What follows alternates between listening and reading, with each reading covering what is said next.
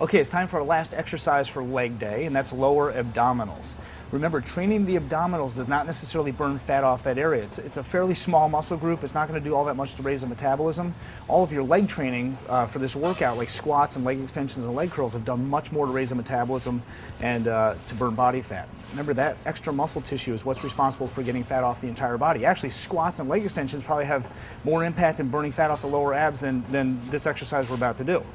Conveniently, I have a subject. Robin has been nice enough to volunteer here.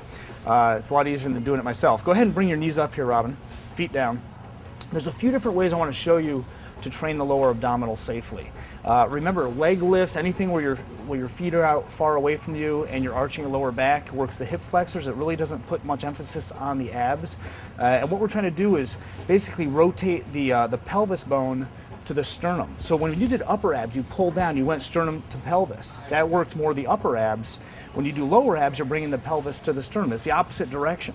And you can't help but work upper when you work lower. I mean, they do kind of contract together, but this does help isolate it. And I find if I work abs, if I split them up at least, do a little bit of my abdominal region each and every workout, it really helps you focus a little bit more on diet and just kind of stay back into your entire routine. Helps you keep accountable on dietary principles and cardio, and just keeps your whole program in check. This is probably the most basic way to work lower abdominals. All you're going to do, keep your hands down like this, and just bring your knees back towards your chest. All you're doing is a rotation of the hips, just a little bit, and then back down, tapping your toes to the table or the mat if you're on the floor, just like that. Now, this motion, go ahead and bring your feet up for a second. This motion right here, anything past this is more hip flexor. It's not really getting the abdominal muscles all that much. So you really don't want your knees to go that much further than this, like a 45-degree angle at most. So what I tell people is to touch your toes. Tap your toes down to the table and then rock back.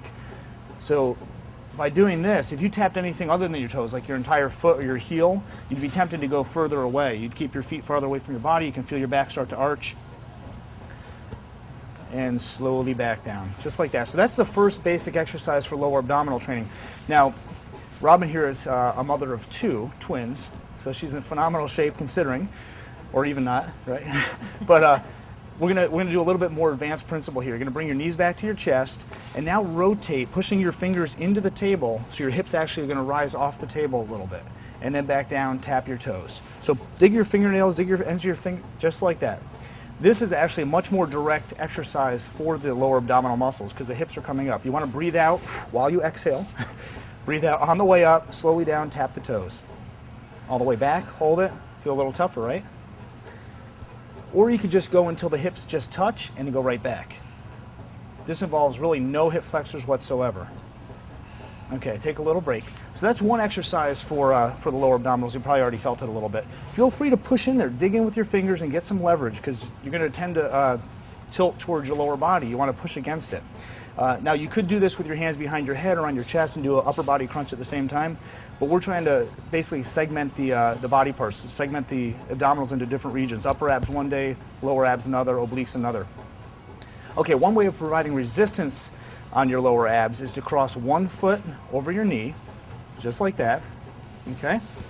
Now the tightness of your glute muscle, the gluteus maximus, medius, and minimus, back behind your right hip, is actually going to provide a little resistance. So now when you do the same exercise, go down and tap your toe, this ankle, this right ankle, is actually pushing against the left knee, so it provides a lot of resistance. These are very, very tough. You keep going until I'm done talking, okay? Now, just like I mentioned before, when you're training obliques, if you're training one side, you don't want to do the same side every day first. So some days you're going to train your left side first. Some days you're going to keep going, train your right side first, and alternate. You could do like 5 one way, 5 another way, back and forth, and slowly down. That's good. That's good. Do you feel those a little bit? Yeah. Don't forget to do the other side. And you can rest a little bit in between. That's a full set. You're going to go to the point of probably close to failure. So you want to take a break in between and recover and then go ahead and do the other side. Do a few just to check form. Now remember, if you keep your foot close to your body and only tap your toe, you're not going to use your hip flexor. If the foot comes away from your body, back down like this leg, the right leg in this case, goes more than 45-degree angle and you start to feel a little bit of an arch in your lower back. So be very careful just to tap your toe on the way back down. You don't have to think about anything else other than tapping your toes. Bring it back, try to get a little bit of a pause, rock your hips if you can, if your back doesn't bother you at all when you do this, and down. That's good.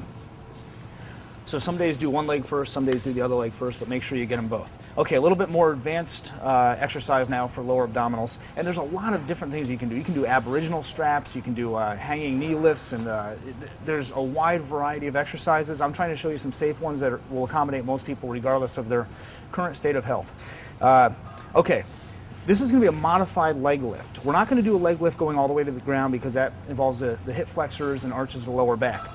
So what I want you to do, Robin, is place your feet up like this and bring them down to my hand right here. That's about as far as you ever want to go this direction. Anything beyond that, you can feel your back start to arch. So right to there, that's a safe position. So feet right to my hand here.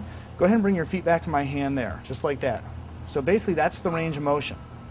Now if you get a little pause here in the fully contracted position, it's better and it's harder. Hold it and then slowly back down. Breathing out while you contract concentrically. Breathe out, slowly back down. With abdominal training, we're still trying to fatigue the muscle within 15 repetitions or so, so in order to do that, you have to move very slowly when you're doing this. You can go a little bit lower down here. Okay, now if you want to do any more of a range of motion without injuring the lower back, you may want to provide a little support to your lower back with your hands. Bring your feet down for a second. Put your hands in fists, and you're actually going to sit on the back of your wrists. Okay, hands apart just a little bit, and hands are going to be this direction. So you're actually going to make like a little bit of a divot or a pocket in the back of your wrist just to provide a little lower back support. Your glutes are going to kind of sit in there, your hip bones. Now bring your feet back up. Might feel a little bit better. Okay, do the same thing. You might be able to go a little further down without your lower back arching. And you can come back a little farther this way if you want, as long as your lower back doesn't bother you. Or, a little bit more difficult here, we're going to go like this into 4 stages. Up, and then try to push your feet up towards the ceiling, down, and down. So it's like a 4-stage movement. Up, down, down. That's the exercise. Up, up, good. Hold on one second. If your legs are straight in this position and you go down, that's much more hip flexor involvement. So you always want to have your knees slightly bent in this position. Okay, try a few on your own.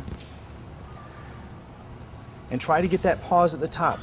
Breathing out. It's supposed to be hard. You're only supposed to do less than these, less than this many. So that's a more advanced way of doing this. Bend your knees. I almost said elbows. Back down, and that's it for lower abdominal training. Start maybe with the first rock backs. You can remove your hands if you like. Start with the rock backs. Maybe progress to the one leg over the knee, one ankle over the knee, and then use this as a more advanced training principle. That's it for lower abs.